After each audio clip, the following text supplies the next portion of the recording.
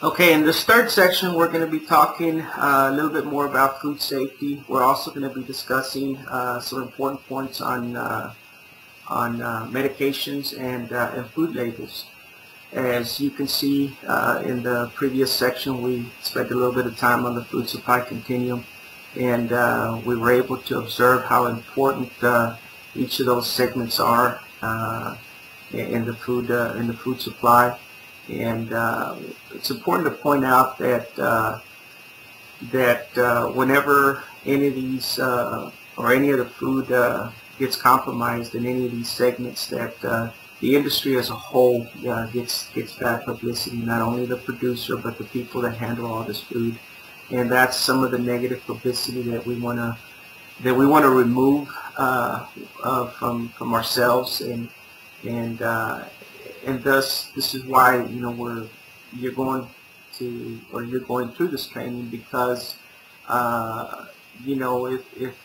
if these animals keep reaching the packers and they keep finding drug residues or needles, broken needles, whatever in these animals, the show business is going to get bad publicity. And when that happens, some of our sponsors, whether they're at the state level or at the county level, we might start seeing some of these sponsors pulling out, and thus our show will suffer. So it's very important that we follow, and we keep that we're conscious of the food safety.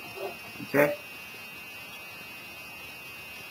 There's 3 types of hazards in meat, and the most that we're probably most familiar with is microbial, because it's usually in the news quite a bit. I know I mentioned earlier in the previous section about tomatoes and vegetable products, but some of this is also found in some of the meat products, especially ground meat, and that is E. coli and salmonella.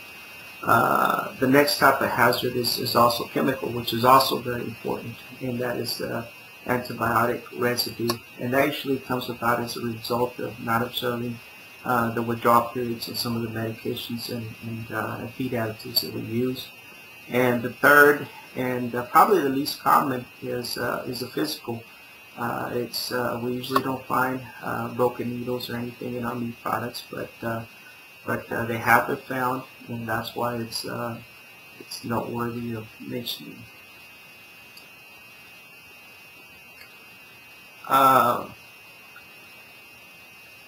In this slide, we're going to be talking a little bit about animal identification, and you're probably wondering why that's important and why this got stuck in there. But usually it's important for traceback purposes.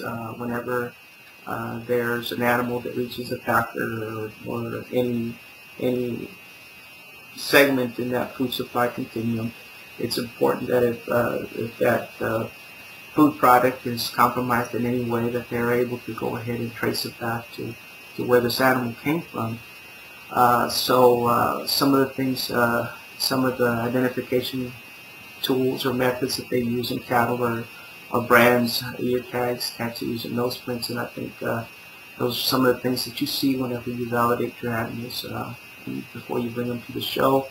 In horses, they use freeze brands, and they also use tattoos. I know that I've heard that they also tattoo the lips of some of the horses that they use for racing.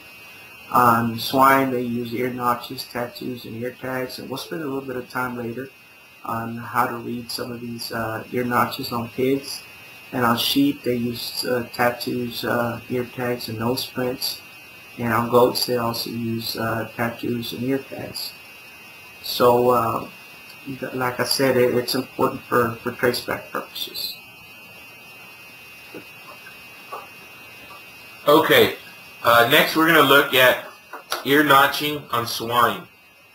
For those of y'all who have hogs or even livestock, as far as cattle, you might have goats. You usually see swine with ear notches and not some of the ear tags used for the other livestock. And the reason why is because if you were to put a type of plastic ear tag on a hog, these hogs are always in a pin, and they might be together, and they tend to be a little bit more aggressive towards each other. They fight a little bit more, and it would be easy for them to pull out, bite another pig's ear tag and pull it out. So it would be a lot harder to identify your hog, and that's why we do the ear notching on these hogs. Looking at the picture that you have in front of you, you have two sections as far as on the ear. You have on the right hand of the hog, if the hog is looking towards you like on this picture, you have the litter number. On the litter number you have an imaginary X that's put on the ear.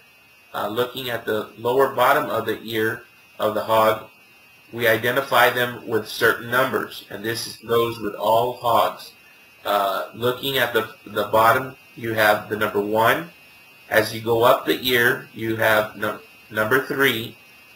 Then at the very tip of the ear, and it's only on the litter number on this side that you have an 81 on the tip of the ear. Then going along, then you have the number 9, and then at the very top, closest to the head of the swine, you have the number 27. And looking at the litter number is usually identified with these hogs as far as the sow's litter number that she has had. On the next ear, you have the pig number, and this is usually the number that is identified of the number of when that piglet was as far as through the litter. It's the actual number given to that hog, and the way that number is identified is on the lower end of the ear. You have the number 1.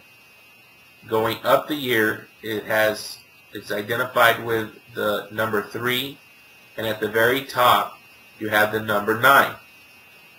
Now let's take a little example here to see how we can use these numbers that have been identified on the ears. What you usually do is, looking at the number 1 on the lower portion of the ear on the litter number, if you have a notch that is notched in that area, and then you have a notch right next to it, but you have to use that imaginary line. For instance, it's a 3.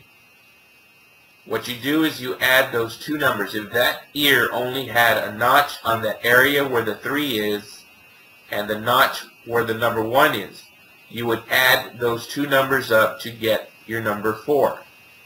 So that litter number would be number 4. Let me give you another example.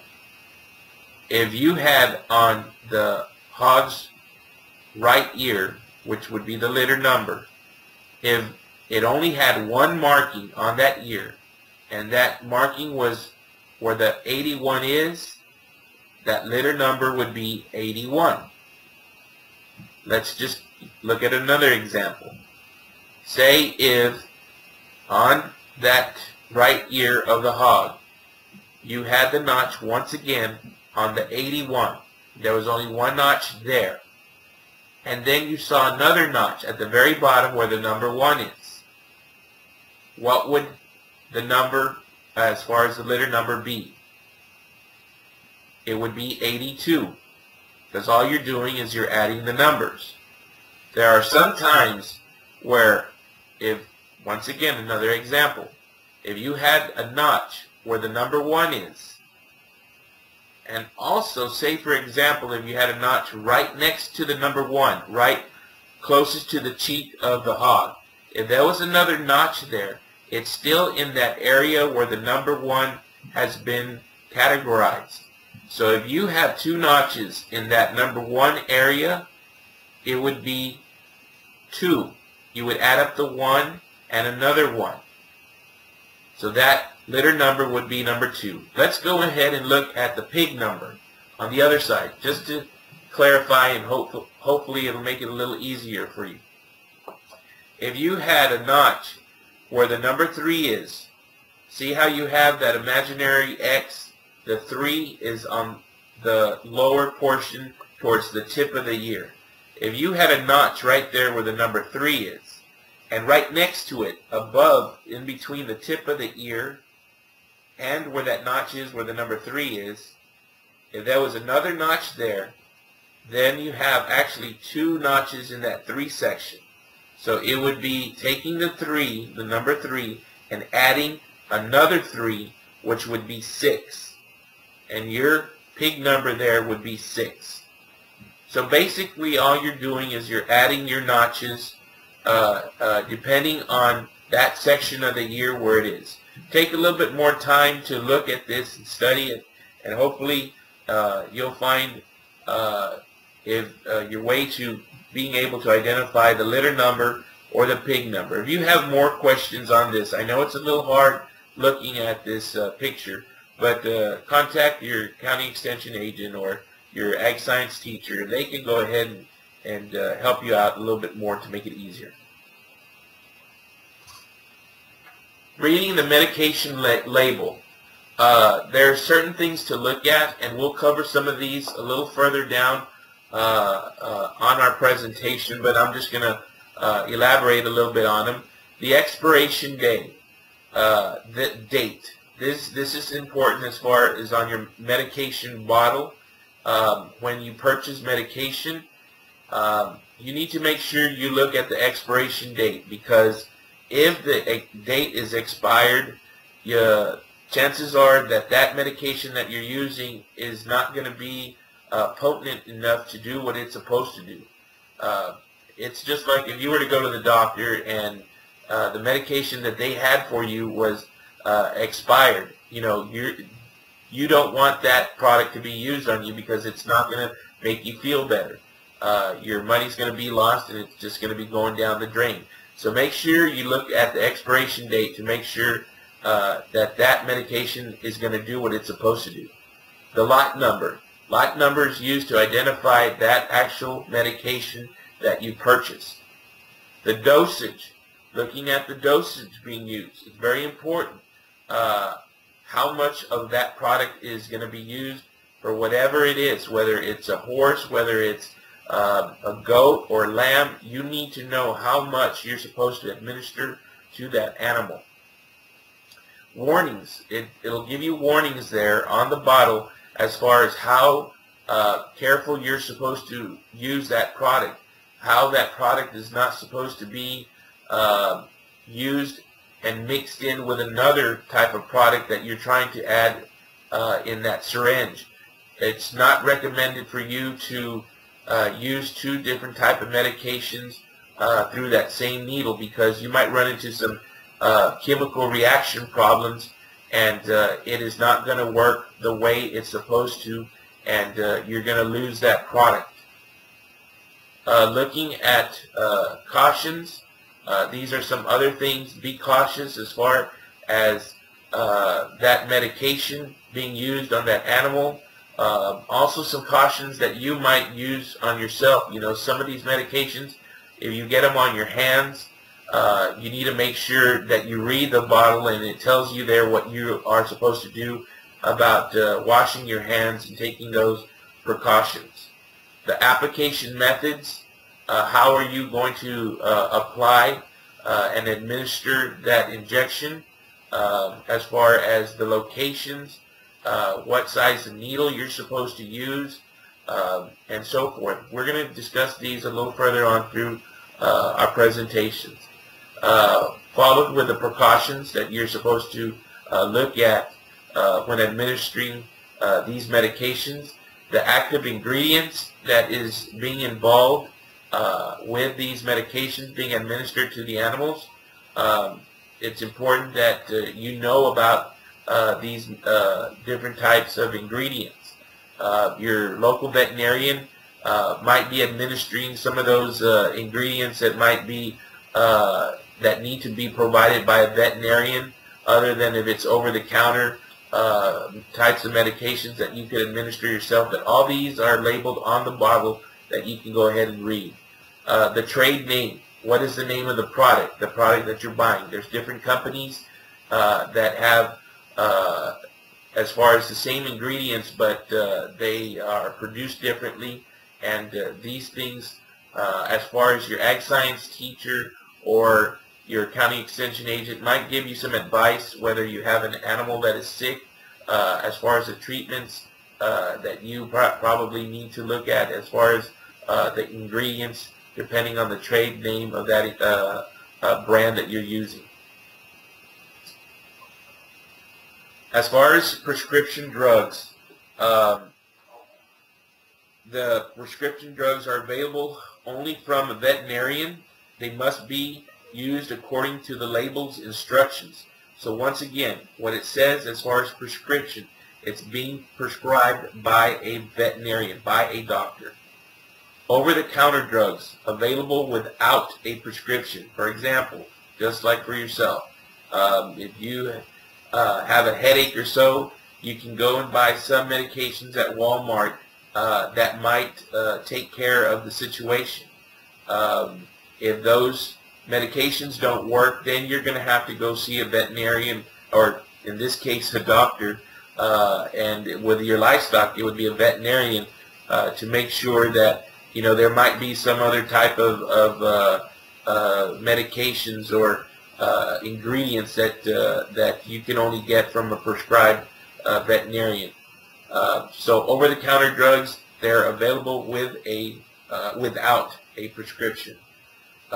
Drugs intended for humans, examples are sunburn creams and dietary supplements. They may not be safe for animals and may leave residues that make the meat unsafe. So there are some things that you can use for your own human consumption, but you cannot use them on your animals. So make sure that you read the labels on these ingredients and medications, and make sure you follow proper procedure. Types of drugs used. Labeled use. Using a drug exactly as specified on the label. This is legal and the way most producers use drugs. Off-label use. Using a drug in any way not specified on the label and without the guidance of a veterinarian. This is illegal. Extra label use. Using a drug in a different way than specified on the label, but at the instruction of your veterinarian. This is legal.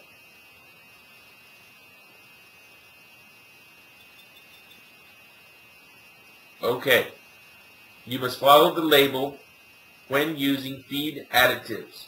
No one, not even a veterinarian, can legally change the instructions for using feed or feed additives.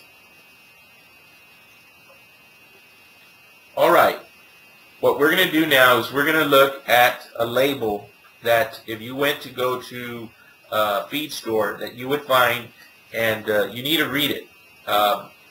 You're buying this product for your project, and you need to know what is going into that animal. So we're going to take a look here as far as one of the labels on your handout, the lamb and goat grower. For instance, the first thing on this label, it says medicated for goats, lambs, and calves being fitted for show. So once again, you need to make sure it doesn't say anywhere there anything about chickens. It doesn't say anything there about horses. It just says goats, lambs, and calves. So make sure that that is the only animal, that species, that is going to consume whatever is on this label.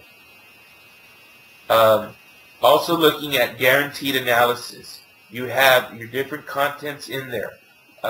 Protein, fat, fibers, calcium, phosphorus, all these are things that you're going to look at. And basically, the first item that is listed at the top there is mainly the main ingredient that you find on your label. Going down to ingredients, we have ground corn followed by barley, dried whey, ground milo, and so forth. ground corn is going to be the main product in that ingredient. Looking at the feeding instructions, this supplement is for calves in this label, weighing at least 600 pounds for goats and lambs. So the feeding instructions there, it's going to tell you as far as how much you are going to feed that animal as far as with this labeled product that you have here. We're going to take a little time looking at this label. There's some questions that I want you to look at and take a few moments to try to answer some of these questions. And we'll follow that with our next slide.